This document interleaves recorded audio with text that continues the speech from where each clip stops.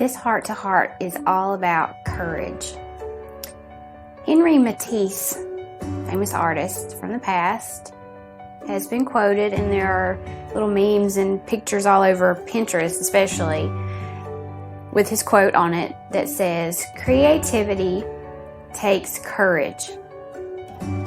And that's something that I want us to discuss and talk about, how we can be more courageous in our creativity and why you feel like you have to be courageous to be creative.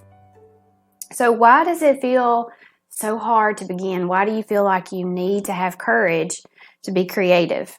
Well, first of all, creativity is something that's very personal because each one of us has our own view of things. You're opening yourself up to share with everyone else what's going on inside your mind and your point of view and your belief or the way you see things. So it does take courage to be creative because you're opening yourself up. It's probably hard for people to understand who don't paint or create or do anything that would be considered creative and share it with anyone else. And it's a little bit hard to describe and to understand, but if you are a creative person, then this is all something that you probably know and understand very well, that it does take a lot of courage to be creative. Not only does it take courage to get started and be creative, it also takes courage to share what you have created with somebody else.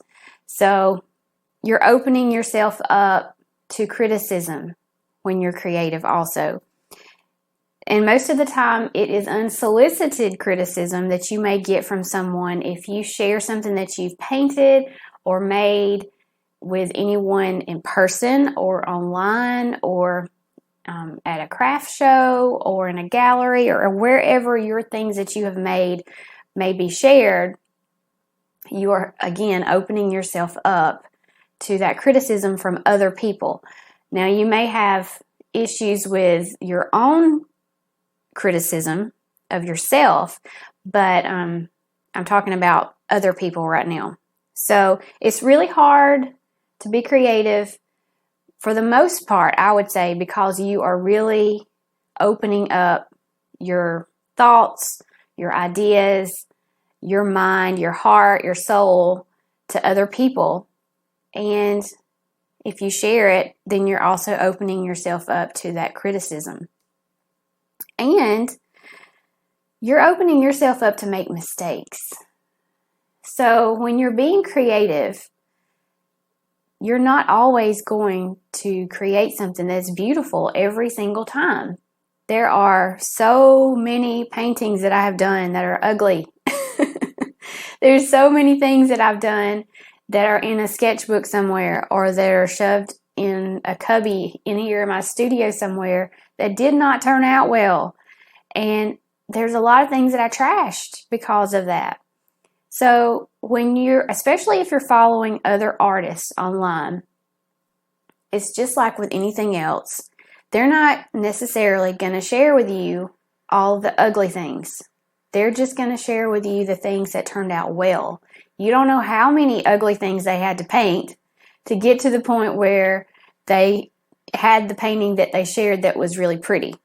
So opening yourself up to make mistakes is a little bit harder for some people than it is for others.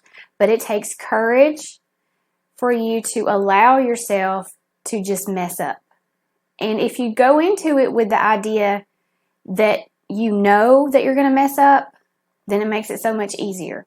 It's going to be easier and you're going to feel more freedom to be creative if you just go ahead and know in your heart, I may mess this up. It's okay if I do. I'll just start over and do something else. And no matter how many times it takes you to do something, several paintings may, get painted over. Several things may get thrown away if it's on paper or whatever. until you get to the point that it's something that you really like. And to begin with, when I started painting, that was really frustrating for me because I wanted to get out of canvas and I wanted to make something pretty right now. But that's not how it works. You've got to practice. Practice allowing yourself to make mistakes. Practice allowing yourself to play, and practice different techniques and different ideas. And you don't have to sit down and create a full painting every single time you sit down to do something. And that's going to help you also to have more time to do things, because if you don't have that expectation of creating a 16 by 20 full painting all at once, then you can allow yourself to practice a few things, to do some little samples, some little ideas, some little like swatches even of colors that you like, to just start getting that creativity going. And once you start doing more and stop just thinking so much about it, then you're going to really progress. So opening yourself up to make mistakes is part of having that courage with your creativity. You're also opening yourself up to the unknown. A lot of times when you start creating something, you don't know what's going to happen. You may have an idea in your mind of what you want something to look like, or you may be looking at something that's inspiring you. For example, last night my husband and I like to watch Rick Steves' Europe. I know it's really nerdy, but whatever. We like it.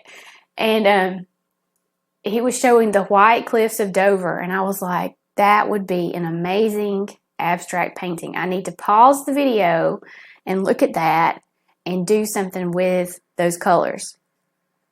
But if I did that, I don't have to make a complete beautiful painting all at once right then on a canvas in my studio. I could just take a piece of paper and just kind of sketch out what idea I have, and then have stacks of ideas, have gathered information that you have just kind of pieced together here and there. And then once you start on something, you may be looking at something and have something in mind, but once you get going and actually paint it or make it, it may turn out a little bit differently than what you thought it would. So you never really know. The surprise and the idea of not really knowing exactly how it's going to turn out, it takes courage to just do it. Because if you don't know that it's going to turn out well, and you don't know what it's really going to look like when you're finished, but you have something in mind that you wish that it would look like, it can be really frustrating. So allow yourself to be okay with the end result possibly not looking exactly like what you had in mind. And that's sometimes because your brain and your hands are not quite with it yet. They're not working together completely yet. And it's going to take a whole lot of practice and a lot of paintings for you to produce before those two things are going to work together really well and you're going to make what you have in mind. Okay, so creativity takes courage because you don't really know what's going to happen when you start putting that paint on that canvas. You don't know if it's going to be any good or not. A lot of times, especially if you're going to show it to somebody else, you may be a little bit afraid of what they're going to think about it. You may be thinking, is this silly for me to even be doing this?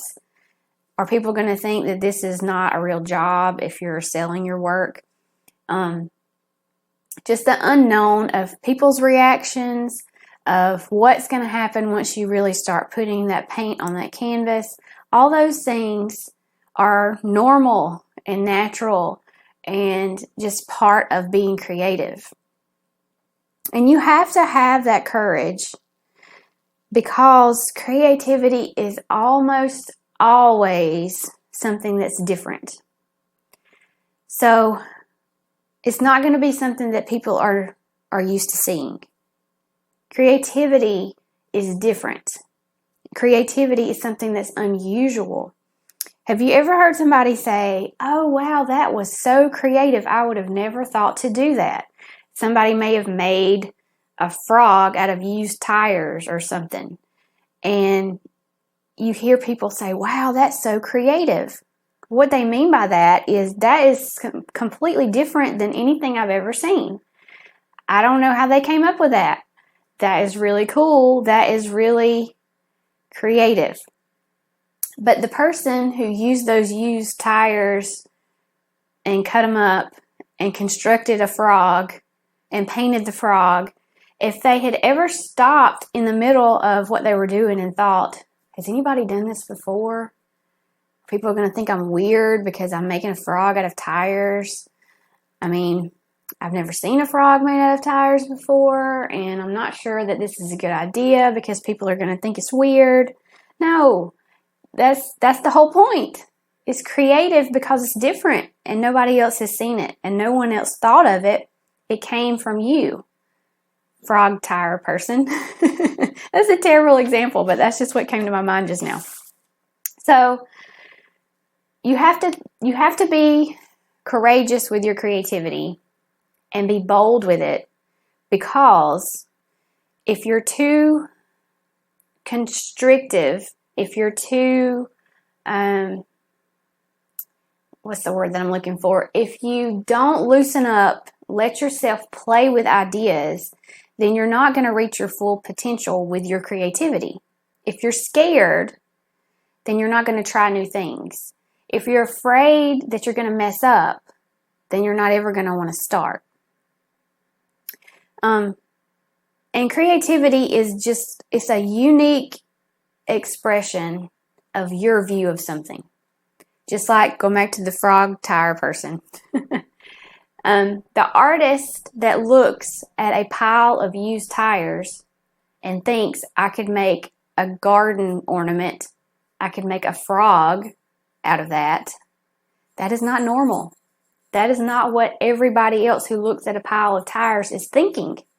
So it is unique. It is different. And when you're sharing, let's just go back to the tire frog ornament. When they share that with other people and they show it to them after they've made it, then you're sharing what you have seen in your own mind, in your own creative mind, in your soul with other people. And that feels scary. And that's why it takes courage, because you are the only one that saw that. You may be the only one who thinks of that. You may be the only one who can actually create that. And so it's very personal. Creating your own art is a very personal thing, and that is the key to making great art. But the courage has to be there for you to try it and do it and allow yourself to make mistakes, to put your stuff out there and possibly be critiqued, and to also share what you're thinking, even though it's not going to be normal or usual or something that someone else has thought of before. When you're brave enough to be creatively you, your art is going to be unique and different and original, but most of all, it's going to be really satisfying to create.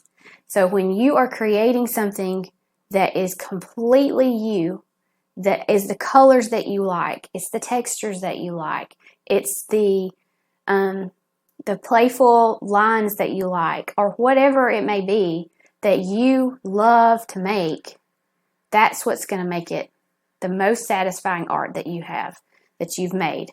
Not looking at what's trendy, not looking at what other people are making, not following other artists on Instagram and trying to do what they're doing.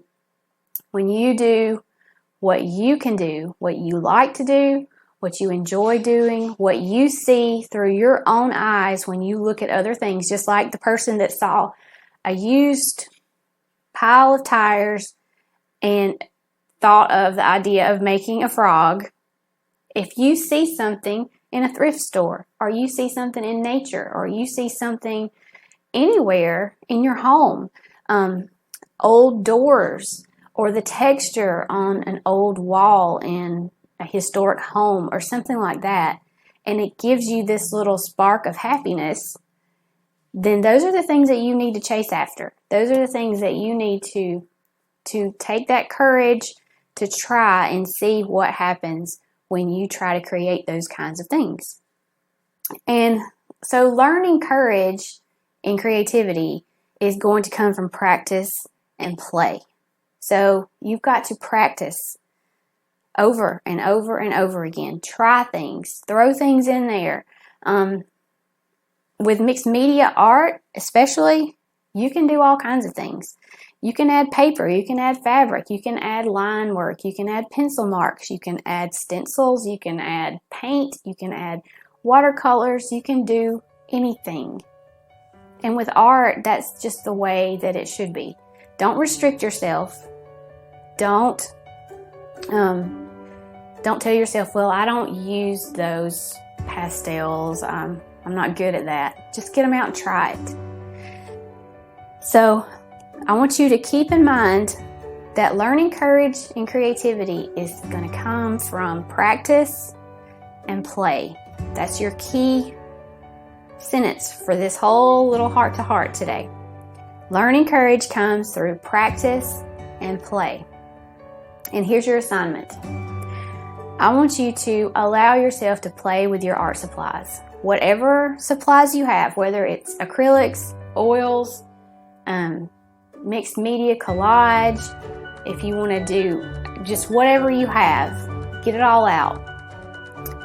Get it all out, and don't overthink things. Don't sit down and think, okay, what can I paint? Should I paint a bird? Should I paint a flower? I don't know. Just start making marks. Make marks on some paper, make marks on a canvas. Pick out colors with your own intuition. Just grab a color that speaks to you from your pile of paint. Put some paint down. Put some collage down. Just play. Allow yourself to try things. See what happens when you put one layer of something over another. See what happens when you put down paper and then you paint over it, or you mark over it, or use any kinds of mediums that you may have, and just go for it. Just try things and see what happens. So that's your assignment. Like Matisse said, creativity does take courage, and I hope that you're going to start allowing yourself to practice and play and build up more and more creative courage.